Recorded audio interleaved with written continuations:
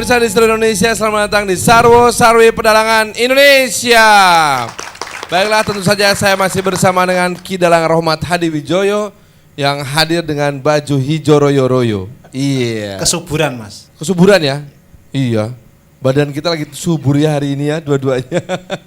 Ki Dalang sering berbagi buah pemikiran lewat akun Twitternya @rhadiwijoyo. Betul, Mas, tapi followernya belum sebanyak sampean. Oh enggak, kalau saya kan follower itu komersil. Baik, sekarang kita langsung bertemu saja dengan para bintang tamu kita.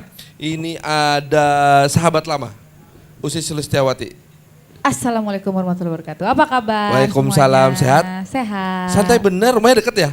10 menit. Pantesan, nenangga ini mah. Iya. Gak macet lagi tadi. Bener. Untung zaman sekarang. Coba zaman dulu, pakai daster datang Oh iya tetangga. benar. Makasih sudah datang ya. Iya. Terima kasih sudah hadir dan juga telah hadir bersama kita di sini sahabat lama juga Bima Arya. Apa kabar? Alhamdulillah damang Kang Farhan. Mumpung belum pakai seragam wali kota masih bisa temen lah.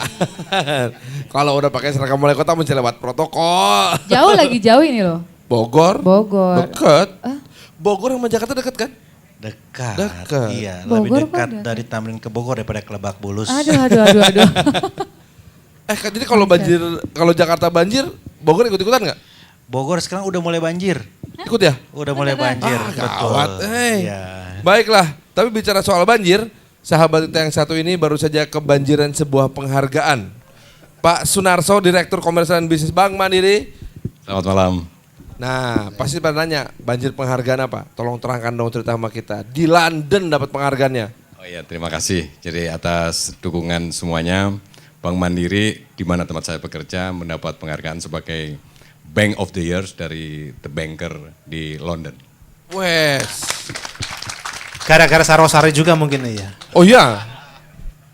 Jadi penghargaannya dikirim dari London ke Indonesia atau penerimanya dikirim ke London? Oh, harus penerimanya dikirim ke London. Iya, luar biasa ya. Jadi ternyata memang Bank Nasional berhasil mengharumkan nama Indonesia di level dunia. Tepuk tangan hadirin sekalian. Terima kasih. Baiklah, Ki Dalang, Yes, kita Mas. mau cerita apa nih sekarang nih? Tadi kan dari singgung banjir tadi kan. Iya. Jadi di Ki Dalang pernah nulis di Rakyat Merdeka tanggal 1 Desember, yaitu waktu itu sempat tegang antara gubernur kita Jokowi dengan Pak Wali Kota di Depok ya, Pak Nur Mahmudi. Jadi gara-garanya sepele, yaitu Jakarta punya gawe pengen punya waduk di Depok. Tapi ora klanuwun dulu, gak diajak omong-omong dulu, akhirnya nggak direstuin juga kan begitu. Iya. Mau Padahal yang ngobrol dulu gitu. Iya, ngobrol dulu kan, nggak usah di statement di koran. Jadi kan, bang kita ngopi dulu ya, kan enak di mana, di Citos kan enak kan gitu.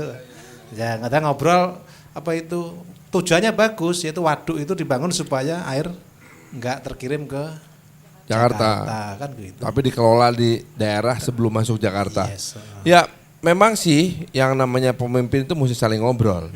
Ya kan? Betul. Karena kalau pemimpin ngobrol, guyup lah rakyat juga untung sama-sama toh. Nah, ada kisah pedalangan ya pasti? Ada. Kalau begitu, sesaat lagi kita akan segera mengikuti kisah pewayangan bersama Ki Dalang Rohmat Hadiwijoyo tentang ngobrol itu ya. Tentang ngobrol. Tentu saja hanya di Sarwo Sarwi Pedalangan Indonesia sekarang saatnya.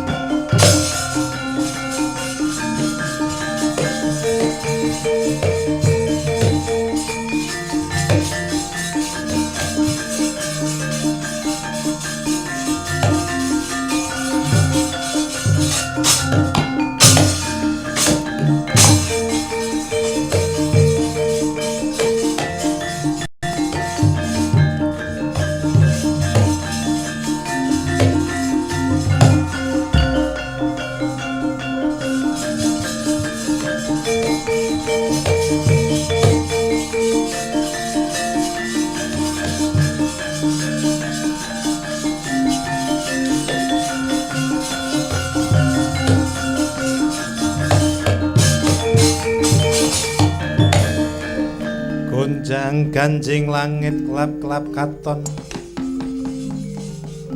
ler kenjang ing risang maweh gandrung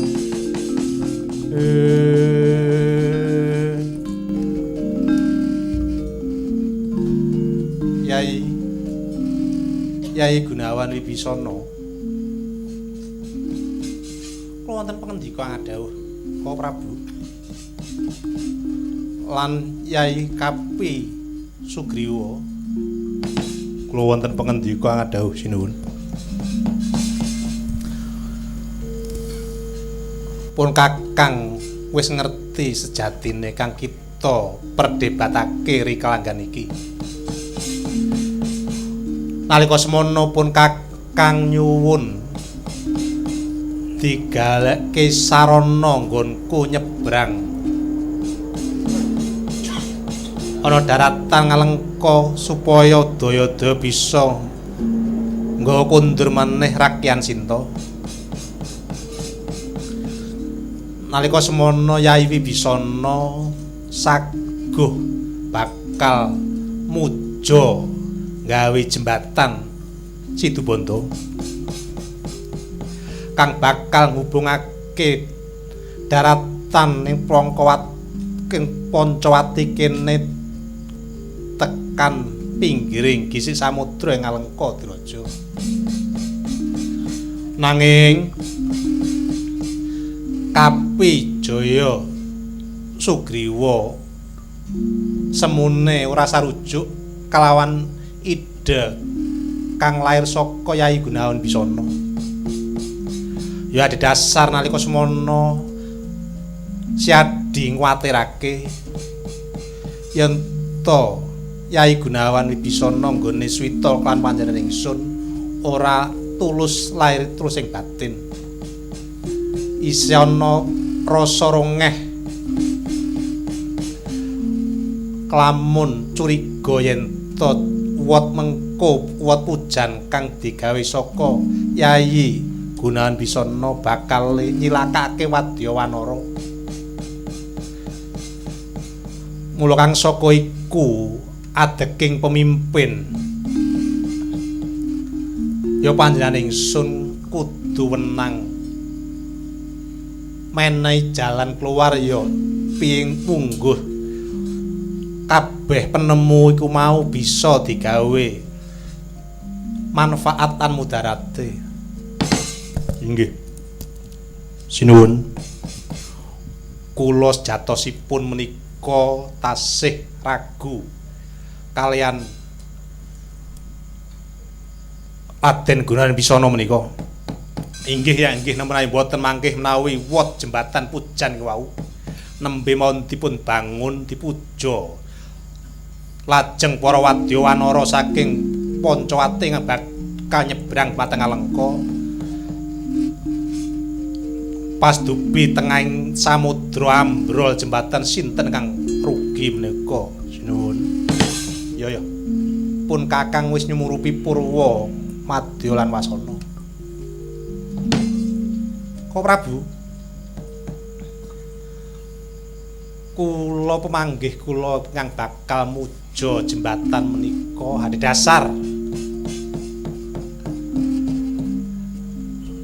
mepet ten wekdal kamangka nalika semanten Raden Anoman kang sampun prisa kekiyatane mesah nggih kekiyatanipun Ngalengka kedah dipun brasta rikala menika supados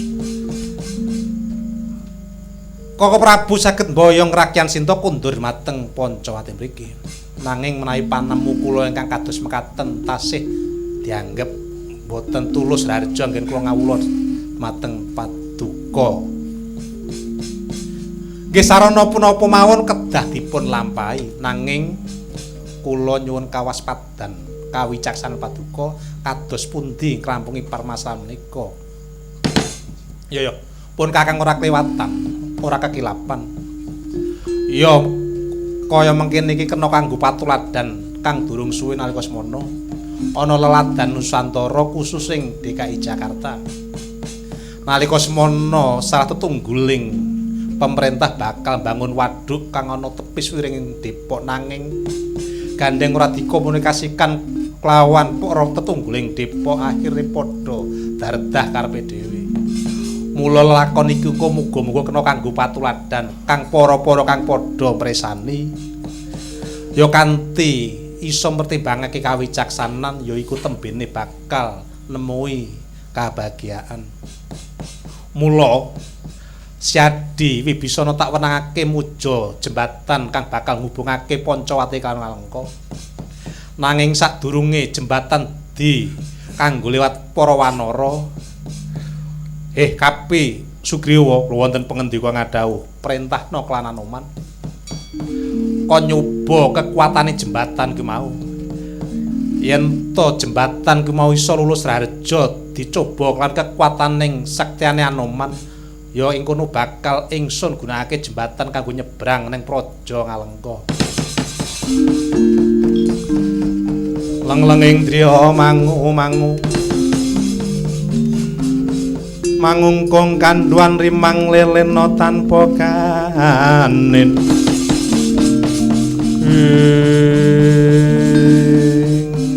Trawaca pangandika paduka ora dede kula nyun tambeng pangestu.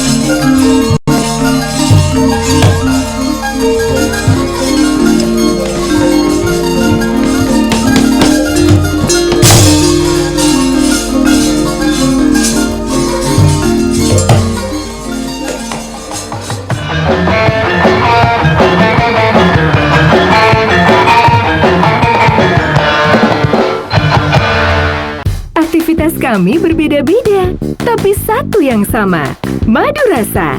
Nikmat untuk makanan dan minuman. Gunakan madu rasa sebelum beraktivitas, karena energinya bikin semangat, aktif, fit, sehat dan kuat. Madu rasa tiap pagi dan sore harus terganti. Madu rasa pagi dan sore harus dari Air Mancur.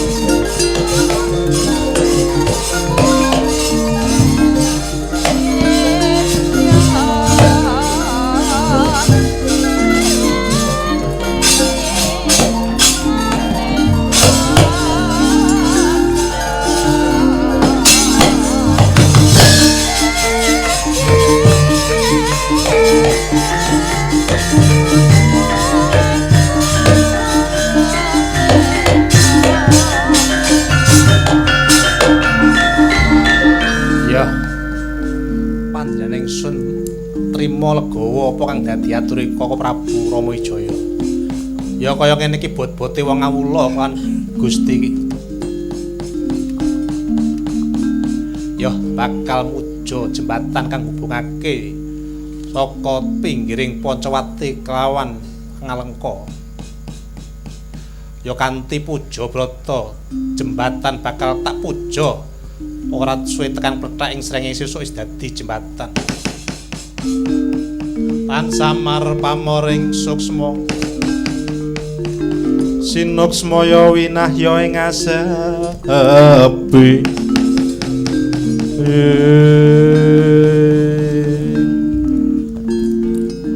kocap kacarita nalika semanten Sang Gunawan Wibisana matek aji sastra wergati Sastra alane tulis wigati batin. Eling-eling wuragile Begawan Wisrawa wenteh kelawan Kanjeng Rama. Nutupi babahan Sanga mesu cipta. Dumatan gluk swarane jembatan ngubungake Pancawati Ngalengka. Bleduk kok kaget Kang Samuel lihat.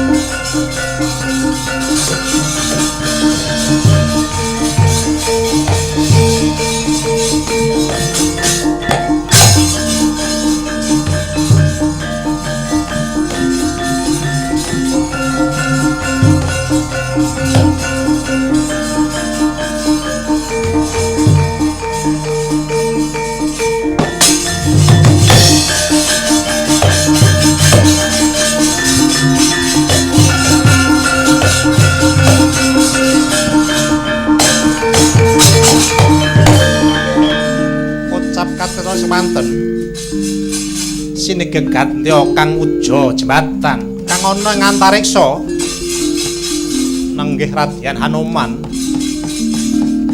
tanggap rentahing Sang Patih Sugriwa mumbul ngawiyat Gyane Gati bakal nguji kekuatane jembatan pujane Sang Gunawan Wibisana. Eling-eling putra siswa Bathara Bayu muja barat sak lumbung bandum gedene maringi daya kekuatane 1000 gajah mumbul lengayat ganjelok kejloke jembatane pujane Sang Gunawan Wibisana ambrol dadi sak walang-walang gegalongan.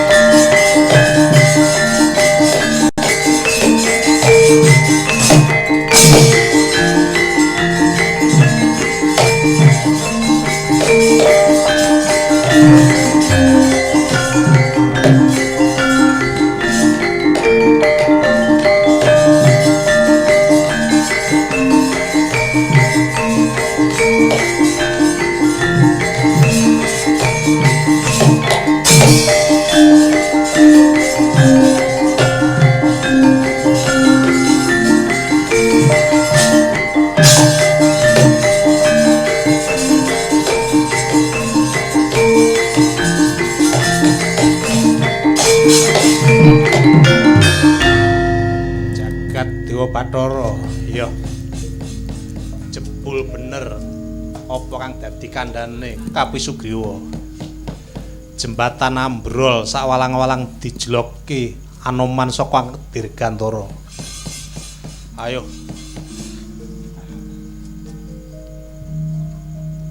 Samudra iki bakal tak sat nganggo Wijaya wis mangsa Dabodha.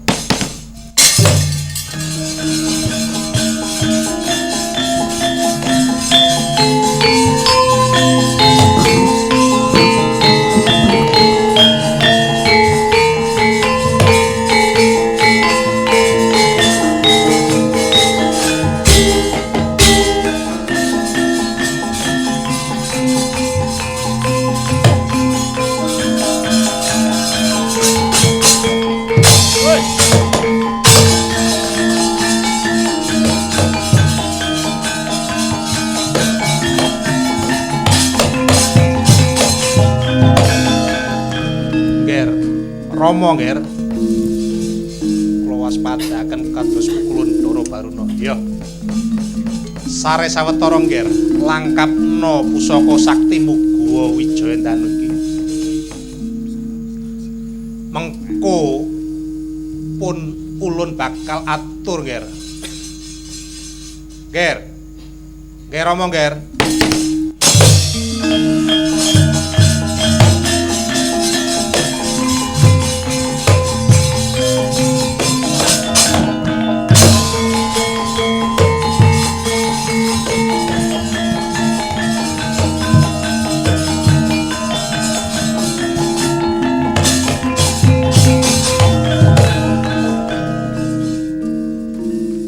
Ngaturaken dukung kang tanpa upami kulun. Ya.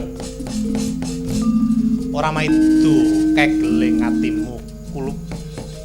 Ulun midhangetake saka dasaring samudra. Utamane wong bangun ngono ora iso instan, ora iso ujug-ujug langsung dadi. Kabeh ngono nganggo tatanan. Ya kanthi manunggaling para kawula Gusti ing kono bakal mahanani nggone rahayune nggonmu bangun lestari bangun jembatan Situbanda. Mula ngger aja wedi kangelan. Kita kudu maringi patulodo kelawan wadya wanara lan utamane para kawulamu. Kabeh saiyek saka kapti gotong royong bangun jembatan. Ya kanthi manunggaling kawula Gusti ku mau bakal iso rahayu nggonmu bakal bangun pembangunan kang sustainable. Pembangunan sustainable iku pembangunan kang tanpa ninggalake utang kelan anak putumu besok. Wis kulub rahayu ulun bakal ngewang-ewangi ana dasaring samudra kulub.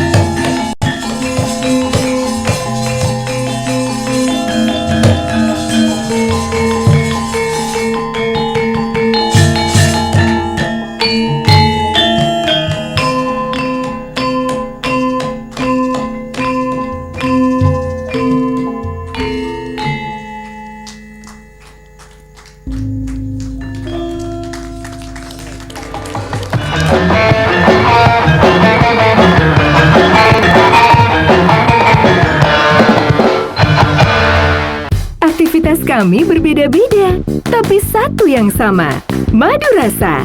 Nikmat untuk makanan dan minuman. Gunakan madu rasa sebelum beraktivitas, karena energinya bikin semangat, aktif, fit, sehat dan kuat. Madu rasa tiap pagi dan sore harus terganti. Madu rasa pagi dan sore harus. Dari Air Mancur.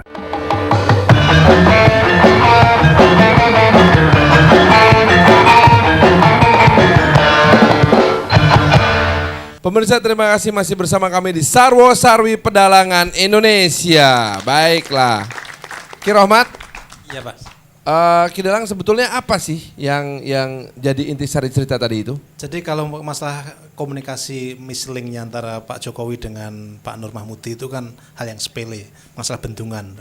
Di wayang tadi yang digambarkan mislingnya antara si Gunawan Wibisono, Romo dan si Kapi Sugriwo. Jadi waktu itu begitu tahu Sinta diculik oleh si Rahwana. Tapi kita mau mengirim pasukan ke Alengka kan melewati laut itu. Nggak bisa, gimana caranya? Harus pakai jembatan. Nah, di sini topik jembatannya menjadi rame karena si adiknya Rahwana yang membelot tadi, si Wibisono bisa memberikan saya bisa memuja atau menghadirkan jembatan instan, gak usah berlama-lama.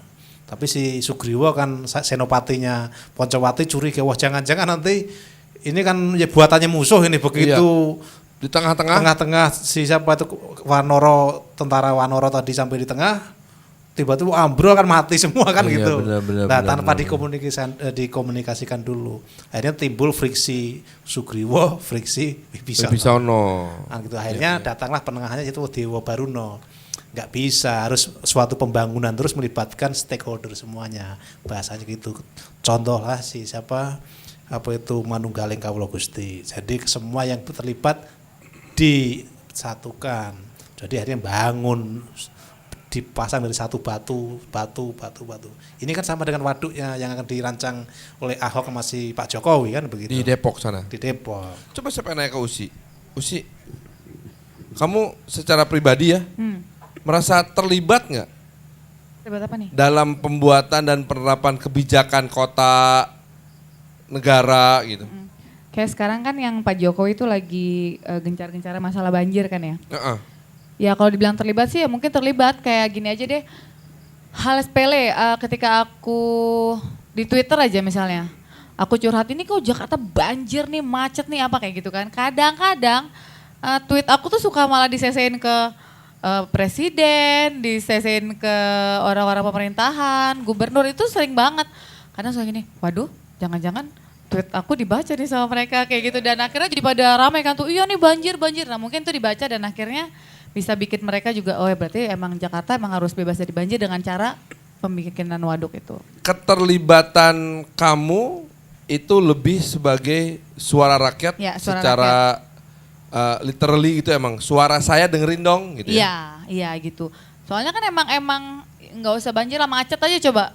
Sekarang apalagi media komunikasi itu kan banyak banget kan Iya, ya, kayak Twitter, Facebook dan segala macam. Kita macet dikit aja nih, Jakarta macet terus nih, di mana-mana macet. Bete nih. deh. Bete deh gitu Hashtag kan. bete. Nah itu kan akhirnya kan kesebar kemana-mana gitu. Iya. Pak calon, bukan calon dah, beneran sih. Belum dilantik ya? Hah? Pak Wali Aku Kota belum deket-deket dilantik. Pak Wali Kota, asik. Sekarang masih asik. Terus jauh-jauh. Tapi kan artinya Kang Bima nih sekarang punya waktu yang cukup lama untuk exercising bagaimana mendengar suara rakyat dan kemudian menerjemahkan dalam kebijakan. Bagaimana sih sebetulnya prinsip-prinsip yang mesti diikuti oleh seorang pemimpin untuk bisa mendengar suara para stakeholders? Gini, perencanaan pembangunan itu kan harus ada beberapa prinsip ya. Yang pertama, jangan lupa ada rencana pembangunan jangka panjang. Jadi nggak bisa itu kepala daerah itu seenaknya merubah arah gitu, dibongkar, nggak bisa. Sudah ada yang ditetapkan secara jangka panjang, ada jangka menengah begitu. Nah tetapi harus ada juga program yang dari kita yang kita sesuaikan dengan realita yang berkembang gitu kan. Nah dalam hal itu penting sekali untuk selalu mendengar harapan dari warga. Harapan dari warga ini macam-macam ya. Sekarang ini menunggu masa pelantikan tanggal 7 April, saya masih terus belusukan. Kadang-kadang masukan warga dari pelosok gitu jauh lebih konkret, lebih akurat ya dibanding bisikan-bisikan yang dari elit atau dari atas gitu. Karena betul-betul terjadi di lapangan. Nah yang kedua, saya jemput bola untuk mendatangi orang-orang pintar. Bogor ini gudangnya orang pintar, aktivis LSM gitu ya, kemudian profesor, doktor, pakar itu banyak sekali. Ya, insya Allah saya akan bentuk dewan kota ya, untuk merangkul orang-orang pintar ini supaya ikut urun rembuk gitu. Dan saya insya Allah akan manfaatkan teknologi komunikasi IT ya, tadi Usi sebut Twitter, ya sekarang aja tiap hari pasti dari mulai yang curhat gajinya telat ya sampai di depan rumahnya ada bolong di jalan gitu. Jalan ya. Oh itu semuanya ya. Jadi Facebook, Twitter, bahkan ya dari WhatsApp banyak sekali, email. Tapi mendengarkan suara orang begitu banyak, apakah Anda punya waktu untuk diri sendiri jadinya? Oh kan ada tim. Ada tim. Jadi ada Ya. tim yang mengolah itu, kemudian melakukan klasifikasi, ini isu tentang transportasi, ini isu tentang kebersihan. Itu kita update, kita bahas, dan kita bentuk grand design-nya secara keseluruhan. Nanti programnya apa aja gitu. Oke, kalau dalam level organisasi di perusahaan ya, Pak Sunarso mungkin bisa membantu kita. Saya kebayang kalau jadi kepala daerah zaman sekarang udah era demokrasi kan, Jadi kalau kita milih, kita beda partai juga nggak ada urusan, mesti denger dong suara kita kan gitu. Pasti sangat berbeda dengan di perusahaan. Kalau di perusahaan itu ada praktek demokrasi nggak? Komunikasinya seperti apa? Karena gini. Realita kita hidup kayak di dua dunia toh. Dunia kemasyarakatan di mana organisasinya sangat cair, tapi sehari-hari kita kerja loh. Di perusahaan loh, di lembaga loh yang memang organisasinya lebih teratur itu. Itu gimana sih? Prinsip-prinsip komunikasinya? Ya, tergantung organisasinya kan. Kalau organisasinya itu perusahaan, udah pasti profit oriented. Kalau profit oriented, pasti result menjadi sesuatu yang dikedepankan. Hasil. Sedangkan kalau mungkin Pak Bima, pejabat publik, tidak profit oriented, pasti proses yang dikedepankan. Sehingga disitulah mungkin demokrasi itu akan menjadi semacam bagian daripada check and balance, seperti itu, proses gitu. Tapi ya ini kita ceritanya tadi kan bagaimana mengelola air, water management dalam konteks bisa perusahaan, bisa juga dari segi organisasi publik. Tapi kalau menyoroti cerita, kemudian apa yang artikel ditulis oleh Pak Dalang, sebenarnya tujuannya itu baik, bahwa menahan air di tempat yang tinggi itu seperti di kisah yang lalu kita sudah pernah cerita, itu adalah hal yang harus kita lakukan sebenarnya. Karena saya mau nyoroti dari sisi yang lain ya. Siklus hidrologi itu adalah sunatullah. Yang prosesnya adalah Tuhan memerintahkan matahari, memanasi air di mana-mana, naik bermiliar-miliar ton, dijatuhkan di tempat-tempat yang tinggi. Proses beda ketinggian itu bisa bermanfaat, memberikan energi, misalnya energi listrik. Proses meresap ke dalam tanah itu namanya infiltrasi, yang akan keluar dirilis pelan-pelan sehingga memenuhi kebutuhan air bagi umat manusia kapan saja dibutuhkan. Kemudian untuk pertanian, untuk menyediakan pangan, kebutuhan air minum dan sebagainya, itu manfaat. Tetapi kalau nafsu manusianya ya tak terbendung, air mau meresap di gunung, nafsunya manusia bilang, jangan dibeton gunungnya, di tempat gunungan. Maka yang harusnya infiltrasi menjadi run off. Run off itu mengalir di permukaan. Dalam hitungan sekian jam, sinyal di Katulampa ngasih tahu, sekian jam diperkirakan nyampe di Jakarta. Karena run off tadi. Air menuju Jakarta. Sampai di Jakarta, lagi-lagi air mau minta izin. Saya mau kembali ke laut ya. Nafsu manusianya mengatakan, jangan, pantainya diuruk. Jadi maka air kemudian merendam manusia bersama nafsunya di tempat yang rendah itu. Terima kasih. Wah, ini filosofis sekali loh. Kalau begitu ya, Kang Bima, komunikasi antar kepala daerah tuh terutama yang berkaitan areanya gimana ya? Karena kan kalau air mengikuti sunatullah nggak perlu ngobrol toh. Nggak perlu ngobrol, udah disuruh sama Allah, ngapain ngobrol lagi, udah ikut aja kan gitu. Tapi kan nggak bisa kalau antar daerah. Iya, kompleksitas permasalahan, kemajuan teknologi, perkembangan demografis kependudukan, mobilitas yang semakin tinggi, membuat kepala daerah itu tidak mungkin bekerja sendiri. Jadi harus sinergi. Apalagi Bogor, Bahkan hanya untuk daerahnya sendiri pun udah nggak mungkin. Bogor itu kotanya seperti Vatikan sebetulnya. Ya. Seperti Vatikan, kita itu kecil di tengah, dikelilingi oleh kabupaten, Ya. berbatasan dengan ibu kota Jakarta, Cianjur. Jadi banyak hal yang menentukan kita, tapi banyak hal yang kita tentukan juga. Ya, masalah air, masalah sampah, masalah penduduk, macet dan sebagainya. Jadi salah kalau kepala daerah itu terlalu berpegangan kepada prinsip otonomi. Ya, urus daerah kita, lo urus daerah lo, nggak bisa. Semua saling terkait. Dan yang penting tadi kata Ki Dalang, komunikasi dan jangan perang di media dong. Ya, tinggal telepon, apa gak ada BBM-an, mungkin nggak tukeran pin kali itu Pak Jokowi sama Pak Nur Mahmudi. Gimana gitu kan. udah keburu sebel. Ya kan? Nah, kalau begitu ya, kalau kamu lihat di koran, nonton di TV gitu, ada permasalahan tentang air yang run off, ada permasalahan tentang komunikasi yang kadang-kadang malah jadi perdebatan itu di media. Gimana kamu memandangnya? Apakah kamu sebagai rakyat ya, kita nih, merasa bahwa situ ribut-ribut sendiri, solusinya nggak ada, Atau Anda merasa bahwa wah mereka sedang meributkan nasib kita, mari kita terlibat gitu.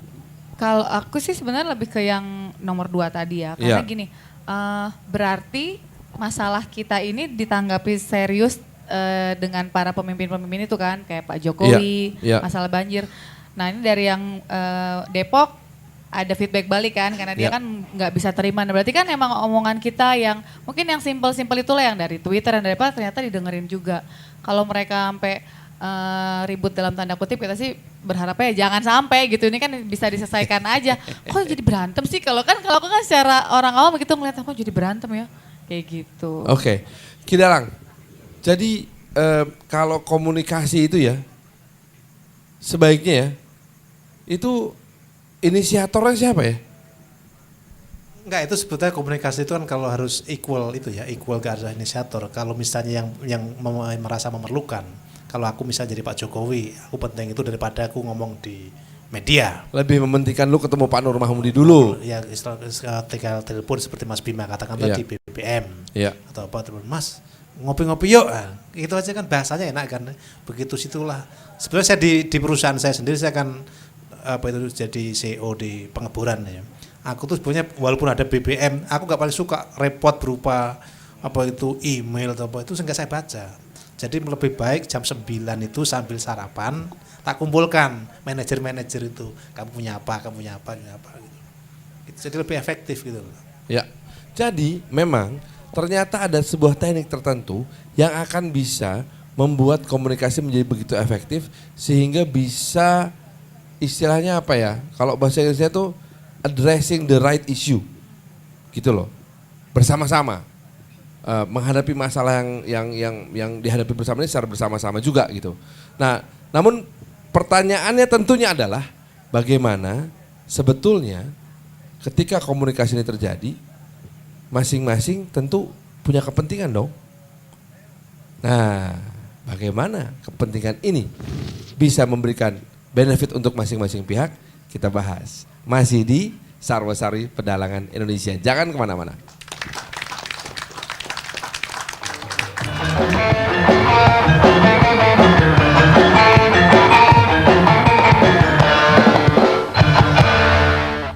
Selamat datang di dunia madu rasa. Rasa madunya yang lezat membuat harimu ceria. Jadikan madu rasa bagian dari keseharianmu. Madu rasa, madu keluarga sehat. Madu rasa dari air mancur.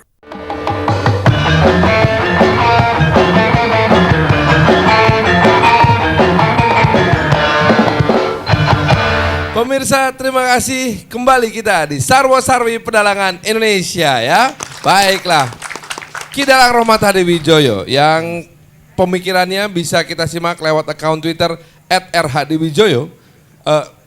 Begini Ki Dalang, saya mau bicara kepentingan nih. Ngobrol antar daerah boleh-boleh aja. Rakyat juga dengerin, saling komunikasi boleh. Di atas segalanya ada kepentingan bersama. Tapi cuman ngurusi kepentingan bersama tok itu nggak realistis. Pasti masing-masing harus Punya kepentingan. diakomodasikan juga kepentingannya.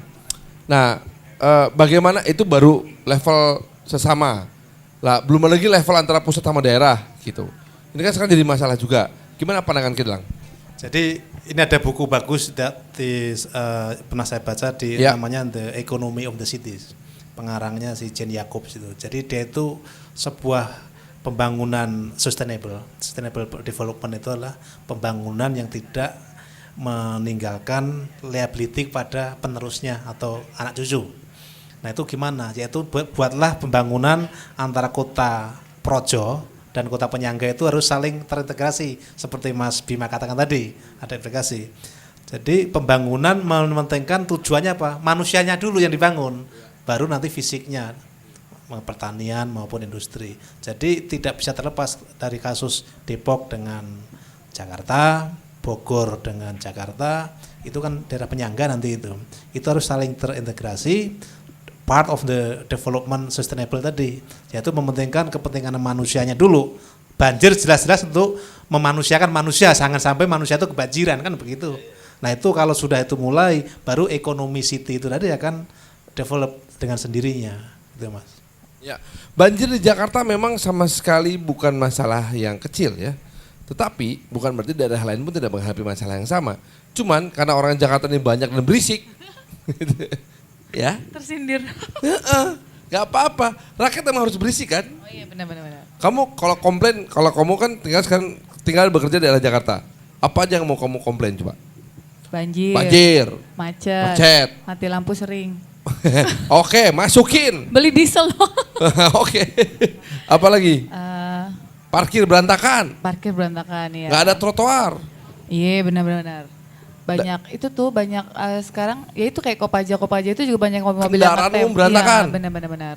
Oke. Ngetem sembarangan. Tuh, Ngetem kan. ya namanya kan? Yang ngetem. Ngetem itu dia ngetem sembarangan. Tuh, orang Jakarta.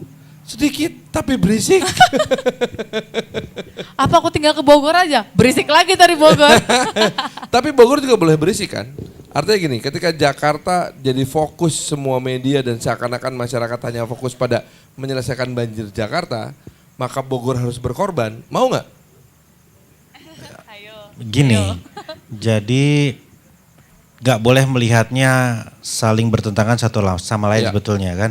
Hidup ini kan banyak kepentingan individu, kepentingan keluarga, kepentingan kelompok, kepentingan partai, kepentingan kota, kepentingan provinsi, kepentingan bangsa dan sebagainya.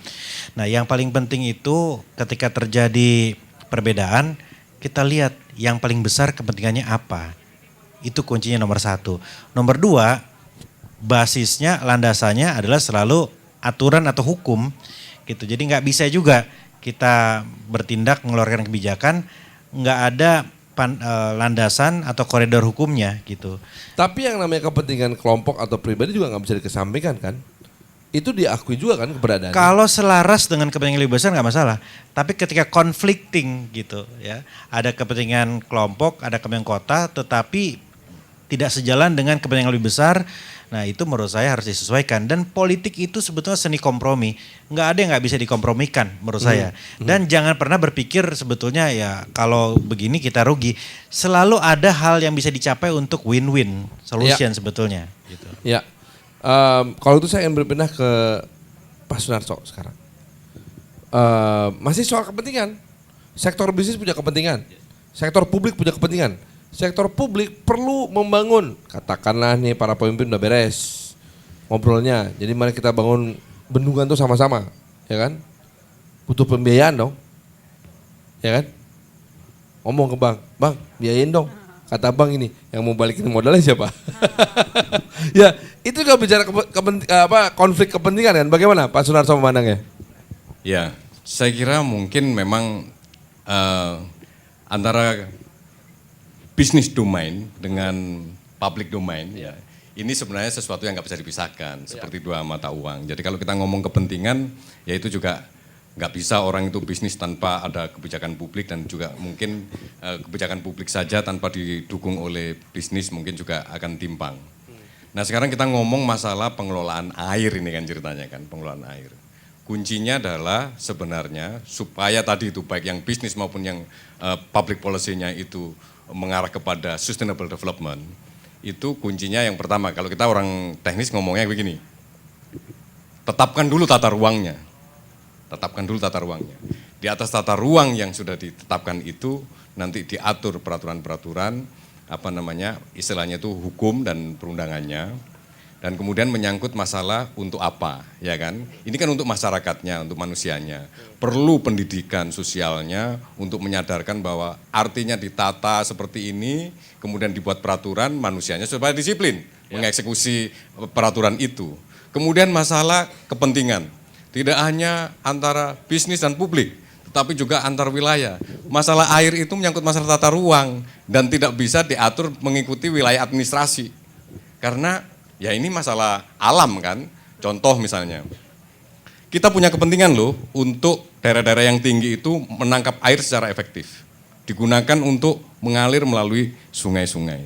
Tapi kalau misalnya yang menikmati air itu di daerah bawah saja, dan di daerah bawah karena tinggal menikmati air, katakanlah yang dekat pantai, boleh seenaknya ngundang investor, ya kan? Bangun pabrik apa saja boleh. Terus kemudian yang di atas, daerah-daerah yang tinggi, katakanlah daerah-daerah yang tempatnya itu memang tugasnya untuk menangkap air. Terus PAD-nya dari mana? Kalau dia nggak ada investasi apa-apa. Pendapatan asli yang perlu, daerahnya ya? Betul, ini yang perlu diatur. Mungkin apakah, ayo laksanakan tugas masing-masing. Yang tempatnya di atas, jaga aja hutan, jaga aja lingkungan. Yang di bawah boleh ngundang investor sebanyak-banyaknya tapi ditata. Nanti revenue sharing diatur. Itu sebenarnya kesepakatan yang tadi Pak Bima sampaikan. Politik itu ada juga di situ kompromi. Komprominya ke sana mestinya mengarahnya.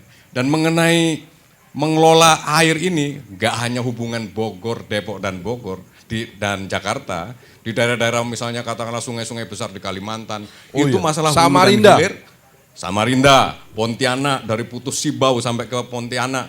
Itu kita memang mesti jaga bahwa sungai itu fungsinya luar biasa, tapi bagaimana kita mengatur fungsi supaya yang di atas sana tetap menjaga sustainability daripada lingkungan, supaya debit air tetap terjaga, fungsi-fungsi pelabuhan sungai tetap jalan, yang di bawah menikmati, tapi yang di atas juga harus dapat revenue, itu yang mesti diatur. Kang Bima? Jadi sebetulnya sudah ada aturan tata ruangnya gitu. Udah ada tuh Jabodetabek, Punjur, Jawa Barat dan lain-lain itu sudah ada tuh. Oh, itu udah Ada cara koordinasi pembangunan. dengan berbagai- Sebetulnya udah ada dan kalau kita mengacu ke situ harusnya nggak ada masalah. Kan udah diatur koordinasi untuk masalah lingkungan bagaimana, untuk masalah pemukiman bagaimana sudah ada. Nah, kadang-kadang mungkin kita nggak cukup rajin untuk membuka lagi, berkoordinasi lagi gitu. Dan ini penyakit koordinasi ini penyakit serius ya. Kita tuh di mana-mana gitu ya. Nah, Masalahnya ini nih. itu. Tunggu, aku potong. Kalau udah ada koordinasi, berarti antara Pak Jokowi sama siapa tadi? Nur Mahmudi. Oh iya, Pak Nur Mahmudi itu udah tahu dong kalau nanti maksudnya ke depannya akan seperti apa sebenarnya. Iya. Harusnya iya, udah tahu. Iya, artinya pembangunan di Jakarta itu juga harus terkait dan disinkronkan dengan daerah sekitar. Depok. Kan ada istilah Jabodetabek, Bopunjur gitu kan. Nah, Jakarta, makanya Bogor, ya Depok, Tangerang, Bekasi, Cianjur, Bogor, Puncak, Cianjur. Cianjur. Ya. Nah, makanya ada wacana greater area gitu. Ada daerah khusus Jakarta itu dilebarkan mencakup ini supaya apa? Memudahkan koordinasi, supaya jadi satu payung kan gitu sebenarnya. Bingung nggak? Kalau dijadiin satu, gubernur cuma satu dong. Iya, kalau Iya. gubernur 2 bingung kita. Nah, makanya ada wacana ya disatuin tapi kepala daerah itu setingkat menteri nantinya. Saking kompleksnya. Ya seperti di Tokyo. Iya. Itu ada the Greater Tokyo kira-kira kan. Nah, pejabatnya harus otoritasnya kuat supaya bisa ngatur semua Atau gitu. di Kuala Lumpur tuh ada namanya Putrajaya. Iya kan? Iya. Kompleks besar, isinya semua orang paling berkuasa sama Malaysia. Iya. Ya, yang ngaturnya mesti berkuasa juga ya. Oke. Kidalang. Artinya mau nggak mau nggak cuman pemerintah pusat harus berbagi APBN, tapi berbagi wewenang loh. Gimana? Tadi udah jelas di dalam tata ruang tadi udah dijelaskan bahwa masing-masing itu sudah punya apa itu wewenangnya untuk membangun tadi. Jadi kalau bisa merangkumkan pendapatnya Mas Suroso maupun Mas Bima tadi, sharing apa itu profit yang di hulu maupun di hilir kan. Hilir. Itu kita salah satu contoh misalnya kelegowoan untuk pembongkaran villa-villa di atas itu. Kan villa-villa yang di atas itu tadi itu kan sebenarnya wewenangnya Bogor kan ya, Bogor apa ya? Kabupaten Bogor kan gitu kan ya. Tapi kan nggak ada sinkronisasi wewenang tadi dengan yang pusat yang diakibatkan gitu. Kasus Hambalang misalnya, siapa yang ngasih IMB kalau udah ada tata ruangnya tadi itu. Padahal di situ disebutkan dalam tata ruang itu bahwa area untuk dibangunnya Hambalang itu adalah rawan gempa gitu. Jadi secara teknik itu tidak apa itu reliable untuk sebagai pembangunan suatu Bangunan. komplek. Nah, itu yang disalahkan siapa misalnya? Ini kembali ke wewenang antara yang pusat dan ya kuncinya tadi koordinasi dan komunikasi, Mas. Jadi tidak perlu wewenang itu wewenang ada, tapi pakailah wewenang itu dikomunikasikan baik yang di pusat maupun yang di daerah. Berkomunikasi itu menuntut 3 hal, membuka pikiran untuk mendengarkan, mengamati dan kemudian juga mengerti, ya, mendengarkan, mengamati dan mengerti. Lalu kita harus membuka hati kita, karena dengan kita membuka hati maka kita akan bisa merasakan apa yang dirasakan, bahwa ketika pemimpin mulai membuka hati bisa ngerasain apa yang dirasain sama rakyat, ya kan? Ketika sektor bisnis mulai membuka hati, mulai kayaknya perlu dicariin struktur keuangan yang solutif untuk infrastruktur, gitu kan? Nah, pada saat bersamaan dari situ baru kita menuju ke membuka keinginan. berbuat sesuatu. Jadi buka pikiran, buka hati, buka keinginan. Mudah-mudahan buka-bukaan ini itu sudah jadi budaya di antara rakyat, sektor publik maupun sektor bisnis. Tapi satu lagi aja saya pengen nanya nih kepada Pak Sunarso maupun kepada Kang Bima. Seterbuka apa sih sebuah organisasi sekarang? Karena pasti setiap organisasi punya rahasia kan?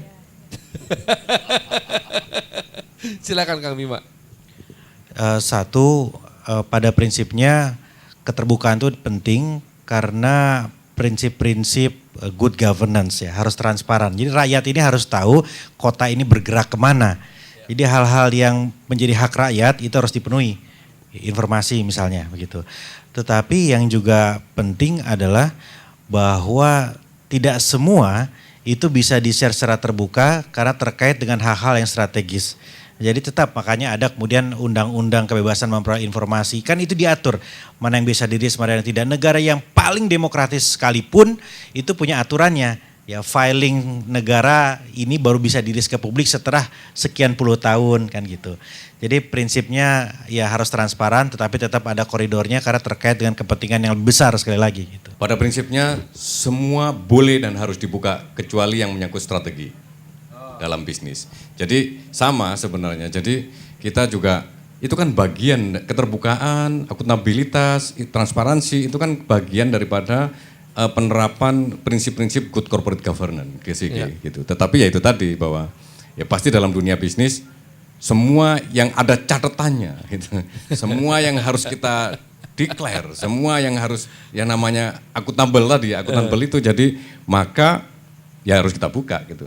Jadi prinsipnya Kecuali strategi. kecuali strategi. Dengan Strategi cara-caranya. boleh dibuka tapi juga boleh tidak.